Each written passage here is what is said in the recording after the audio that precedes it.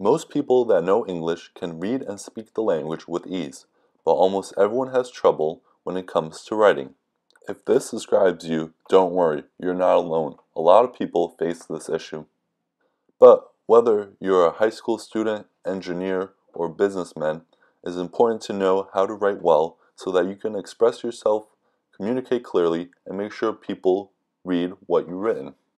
This is what William Zinsser teaches in his book on writing well, which has sold over 1 million copies. William worked at the New York Tribune and at Yale, where he taught students how to write. By the end of his career, he had written 18 books. So what lessons can we learn from his book? The first part of the book begins by teaching the principles of good writing. Just like in sports, before you can play the game, you must learn the rules first. The principles include learning how to make your writing simple, free of clutter, and which words you should use and avoid. You must know what the essential tools are and what job they were designed to do, says Zinsser. One way to accomplish this is by studying famous writers. Make a habit of reading what is being written today and what has been written by earlier masters and trying to figure out how they did it, like Ernest Hemingway and Leo Tolstoy. In part 2 of the book, Zinsser shares lessons on writing in unity, having a good lead and ending, and writing with proper grammar and punctuation. He says that the most important sentence in any article is the first one, and if it doesn't induce the reader to proceed to the second sentence, your article is dead. When it comes time to end the piece, Zinsser writes, if you presented all the facts and made the point you want to make, look for the nearest exit. The third part of the book is focused on specific forms. Here, Zinsser teaches readers how to write about people they're interviewing, places they're traveling to, and writing about themselves in memoirs. When writing a travel piece, Zinsser advises readers to not ask the tourists what they think of the attraction, but instead ask those who work there or the locals.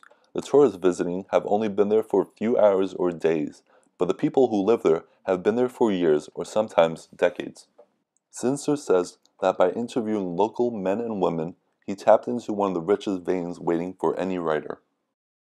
Zinsser also goes into great detail on how to write about science, business, art, and sports.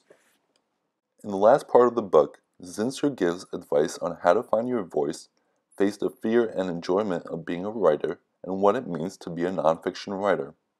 To find your voice, Zinsser tells readers to once again study great writers. Zinsser writes, don't worry that by imitating them, you'll lose your own voice and your own identity. Soon enough, you will shed those skins and become who you are supposed to become.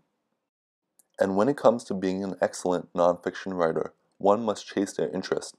If a subject interests you, go after it, even if it's in the next county or the next state or the next country. It's not going to come looking after you, says Zinsser. Overall, Zinsser's book is a great guide to help everyone become a better writer.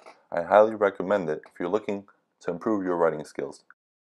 Thank you for watching. If you enjoyed this video, leave a thumbs up and subscribe. If you want to get this book or read any other book reviews, click the description box below.